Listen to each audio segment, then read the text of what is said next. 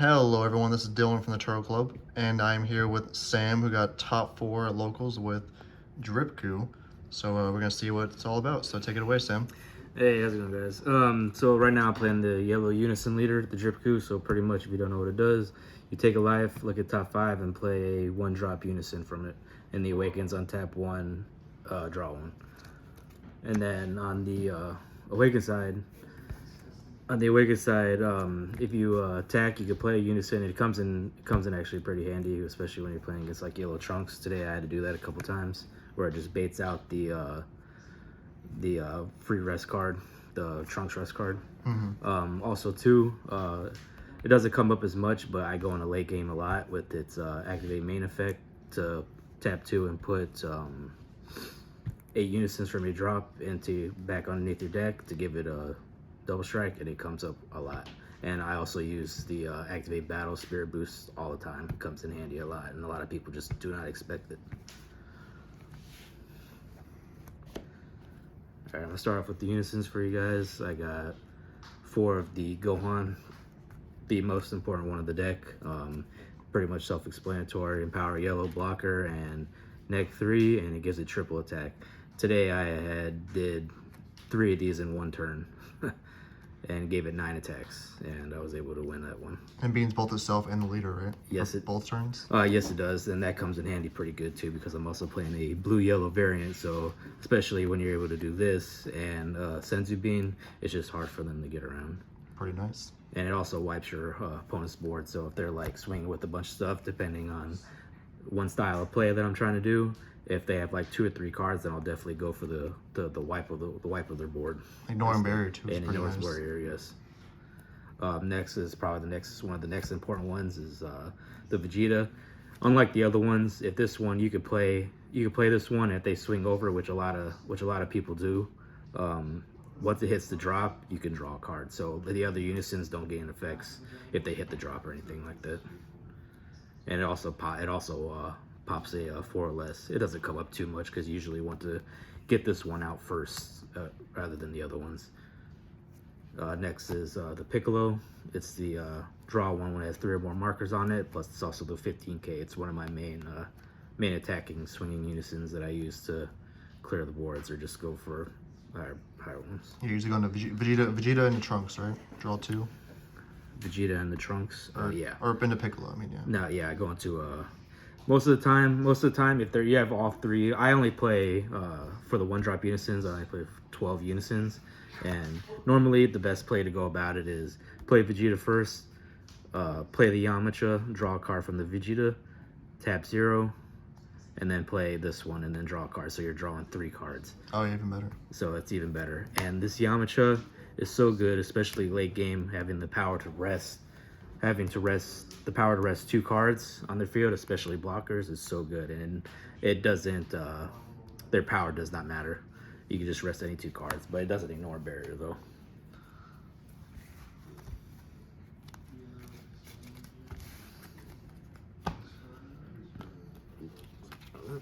Next, my ultimate for the deck is the Piccolo and Son Gohan. It's such a good card, especially going up against the Buu Unison. It's just a really amazing card to stop the blocker, and it won me so many games, and it's also defended me so many games today too. Next is the Dragon Fist. I'm kind of iffy on the Dragon Fist. You have to play it because it's the you're playing the yellow unison deck, but it's just susceptible to too many cards that will pop it, or Vegeta's Final Flash it, or which I got hit today, which is unfortunate. Or like I said, the Buu Unison, a lot of people are playing that, so it just pops it. It's just not really as good, but it's a nice play to go into, and it does sneak in games. 2 Turtles, self-explanatory. I play 3 of the Prideful Transformations. It's a really amazing card, especially in this deck. More so maybe late game, it's probably a little bit better because a lot of cards are having barrier or just have deflect, or they have deflect, and so it's not really like as good as you would think, but it's still really awesome though. 3 Mecha Frieza. I don't play 3. I don't play 4 because there's too many. I don't get enough of the extra cards to get going, so it's just easier to see 3. And plus, a lot of people are playing cards like just to stop the Mecha Frieza, so that bottom decks it before it even comes out, so it's not really the best, but it's really good. Two of the coolers, self-explanatory. Helps you win games, especially with the leader and the double strike. Just tap 2 and then they can't really do nothing with this. One of my favorite cards is the draw 2 apes. So instead of turn 3, a lot of people think that going into the Gohan use is the best way to go. It's the best way to go, but going into this instead and just drawing cards. There's times, most cards I've ever drawn with this deck was maybe about like 16, 17 cards, which is a lot considering for a yellow deck. The 3 Krillin super combos. And then next for the extra cards, Frieza armor reinforcements.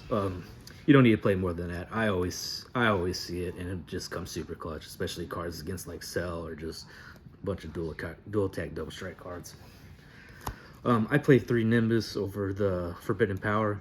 I think getting that negate is just so much better than having to swing through the Forbidden Power still. Plus, it's just an easy way to pitch an ape or pitch a unison card. Especially when you're trying to activate the leader effect, because I activate that leader effect a lot and it just helps win games. Vegeta Final Flash. Not everybody, but a lot of the times it saves me a lot, especially when they're going for a game with the double strike, and it just, especially late game, it comes in really good power of Super Saiyan. And then for the blue yellow stuff, not too much, just the Bojack onslaughts, pinpoint onslaughts, and Senzu beans. How much does Senzu Bean really help when you're this deck a lot? The Senzu Bean helps a lot, especially with the untap, because especially when you're swinging, they do like an Android 14 or a Topo negate or something like that. You hit them with the cooler. Now that's 3 energy. So now you got the Senzu Bean to maybe go into another Gohan or go into a Turles or something like that to help you win. And it also helps out too, because especially I played 2 double strike.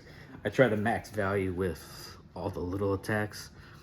Like I said, like especially the Gohan. The Gohan's the main killer of the deck, obviously, but there's still times when you have like, when you go into like the little 1-drop unisons, like these go into 15k. These go up to 15k when you +1. Same thing with this, plus 15k.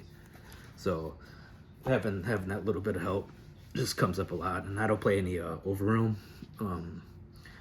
I just think with the amount of attacks that it gets, and I try to maximize the value of the Gohan unison, which is just so good, and especially with the Piccolo and Son Gohan and the double strike, it's just amazing. I try to maximize the value.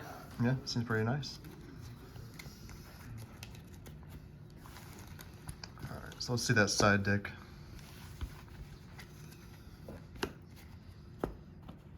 All right, the side deck. I think it's pretty cut and dry.